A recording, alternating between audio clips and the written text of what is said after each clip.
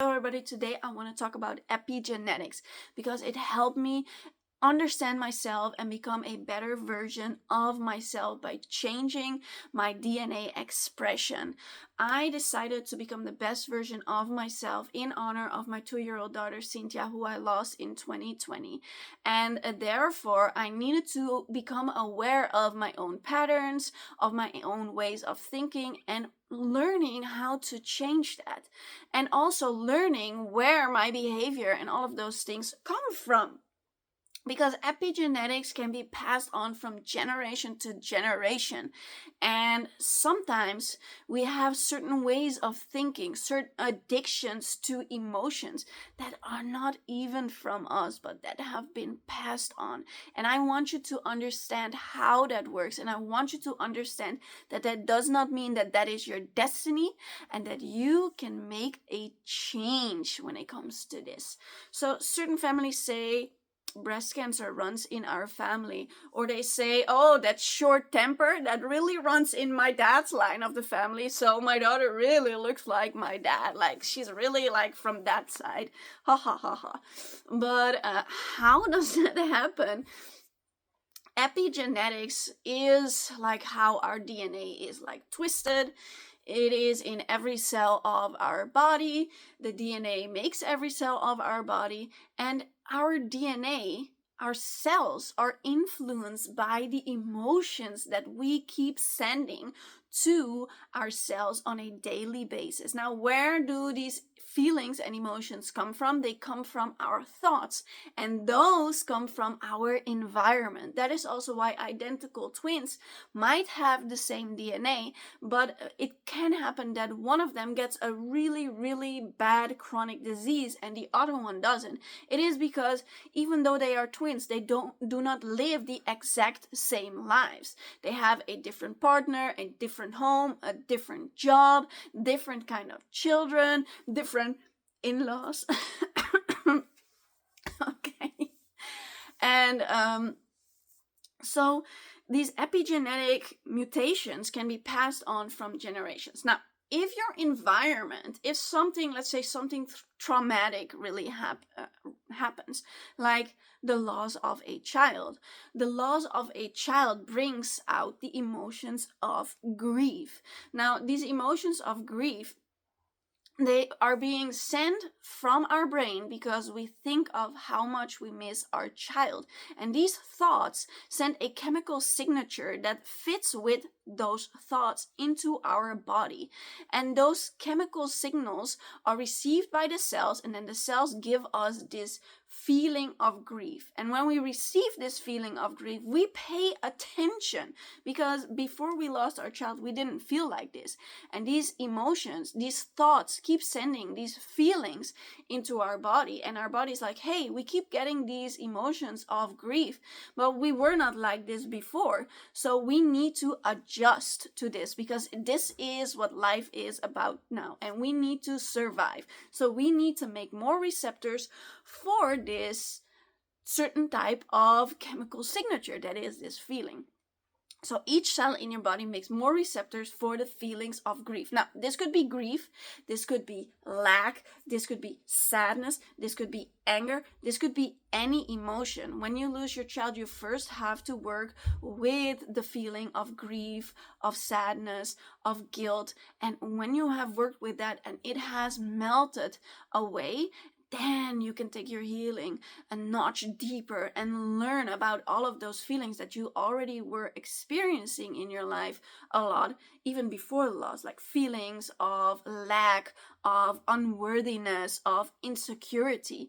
And that can truly help you make you the best version of you, so you can finally step into your power and shine your light. And when you shine that light, this is in honor of your child, so their light is shining through you in every conversation that you have, in every beautiful experience that you have, in every new experience that you have, and you start seeing them in every beautiful thing that you experience. But to take a step back, we become addicted to emotions that we experience very often because, like I said, your brain starts thinking about certain things, starts sending these chemical signals to our cells, and when this is very different than how we used to feel before, our cells will adjust to this emotion. Now our cells need this emotion to fill all of their receptor sites, and when we say, I mean, there's a lot of people out there who say you should get over it now. It's been so many years.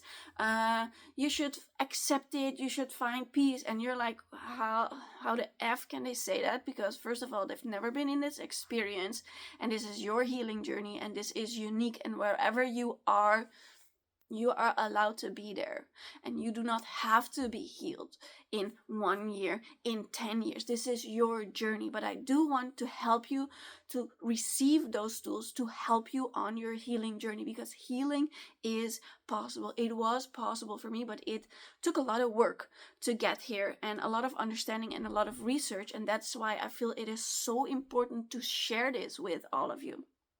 Now, our cells, after the loss of a child or a loved one, become addicted to the feelings of grief. And on one day, when we say, you know what? I want to feel better. I want to honor my child by becoming the best version of myself. There has to be a different way, because nobody wants to live in grief forever. In our heart, we are always pulled towards healing. We just don't know how to. And our body keeps us addicted to those feelings of grief. So we start surrounding ourselves with things from our children in our house. I used to put pictures of Cynthia everywhere, which would make me trigger into my grief over and over again. Every conversation, I would find a way to talk about how I was feeling sad, how I was grieving so much, how life was so difficult. Every song out there would trigger me into my grief, because my body started becoming my mind. My body wanted me to feel grief, to feel those receptor sites, and that was stopping me from healing. And that is why I had to learn to catch myself when I was doing this, and purposely start and sit with my grief, learn to become comfortable with the uncomfortable, accept it, feel it, and then transform it into something different. How do I want to feel? I want to feel honoring. How do I feel when I am honoring my daughter? How do I feel when I express that essence that she was into the world? I would feel like a different person. And just by sitting with those positive feelings over and over and over and over again, because it took a long time of me grieving, of me feeling stuck in these emotions, and my cells had completely adjusted. So it took some time for me to change that. But you can do this with any emotion that you are experiencing. And I want you to understand that the emotions that you are experiencing and that you are addicted to, that are emotions coming from stress, that make you feel stress, are pulling away from your energy field. They are pulling away from your energy to create and to attract certain things in your life. When you are so stressed, you are really, really focused on the material world instead of possibilities. When you are threatened, when your sympathetic nervous system, the nervous system that makes you know that there's stress, there's like danger. That is what the emotion of grief, of sadness, of anger, of fear, all of those negative emotions light up your sympathetic nervous system for you to get all of this energy to start fighting or flighting or hiding.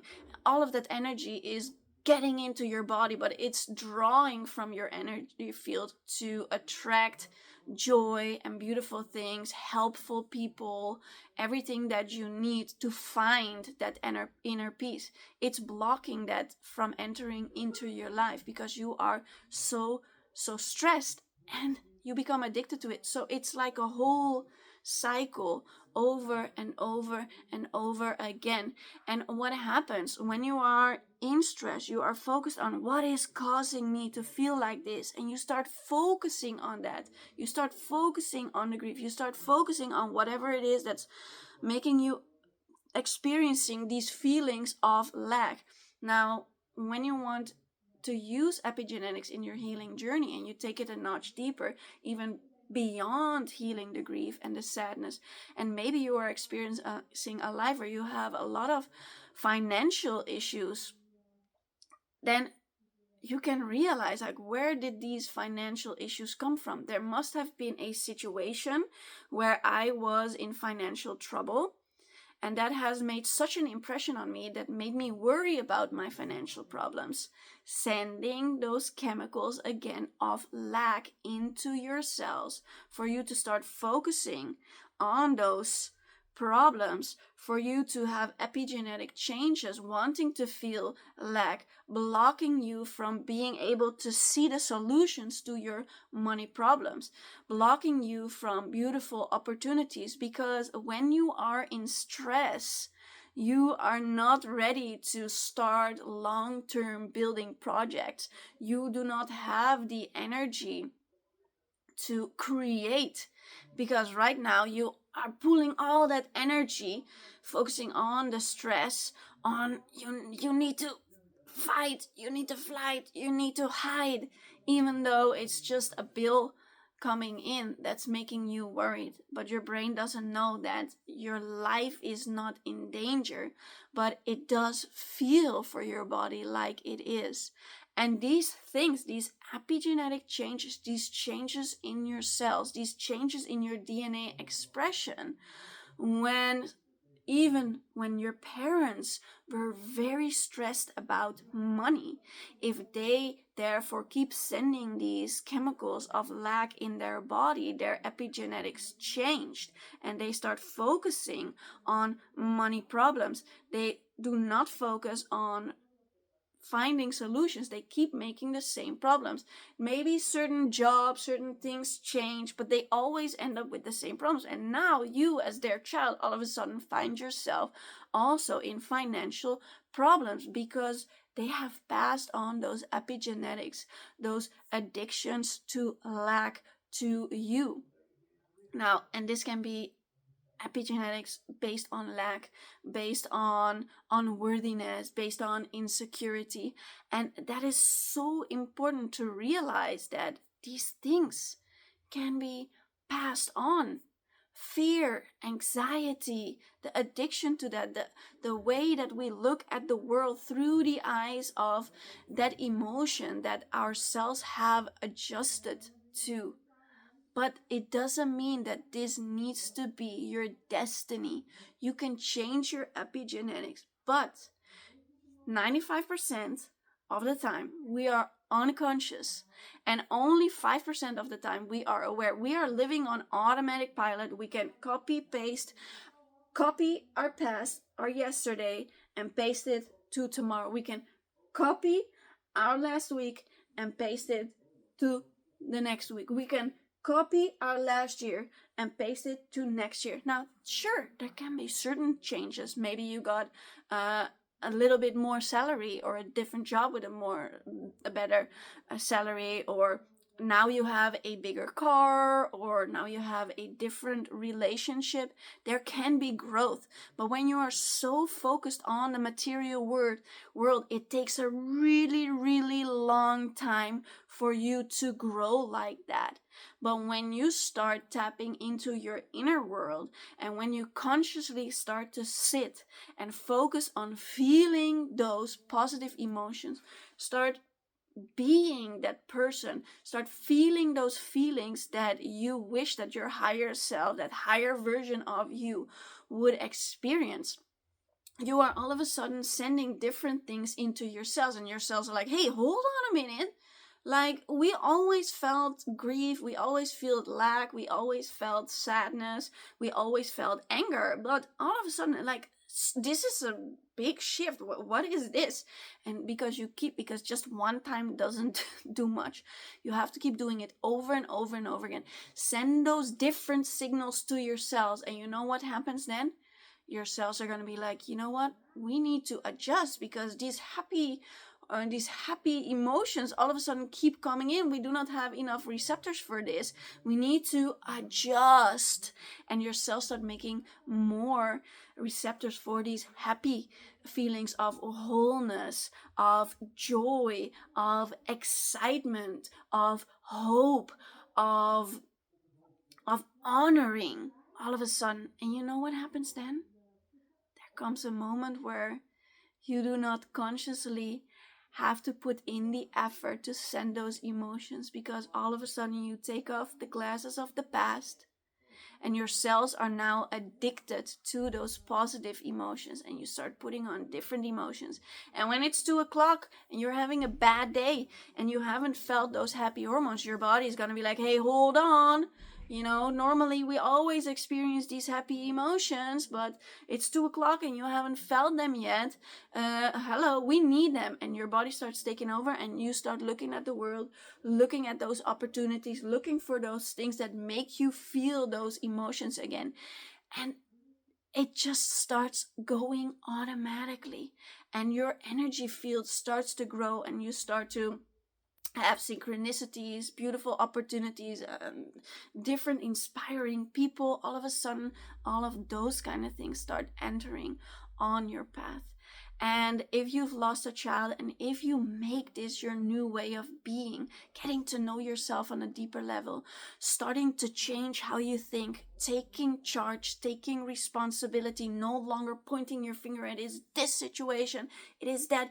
Stop focusing on those small things and start sending in those things that you actually wish that you could feel. And I know it's difficult, and I know that everything in your body is gonna make you feel like now is not a good day, no, today not, I'm having a real bad day. But actually those are the days that you have to do it. Those are the days that you have to sit down. You're gonna tell your body, I know you want to feel that way, I know it, but you know what, I am the boss, and we're gonna do things different now. Because you take charge, you become aware, you get a new level of consciousness. Now, if you want to know more in detail what has made you the person that you are, why I believe that free will is nothing but an illusion and that we are programmed a certain way, there's so many things that influence how we are programmed.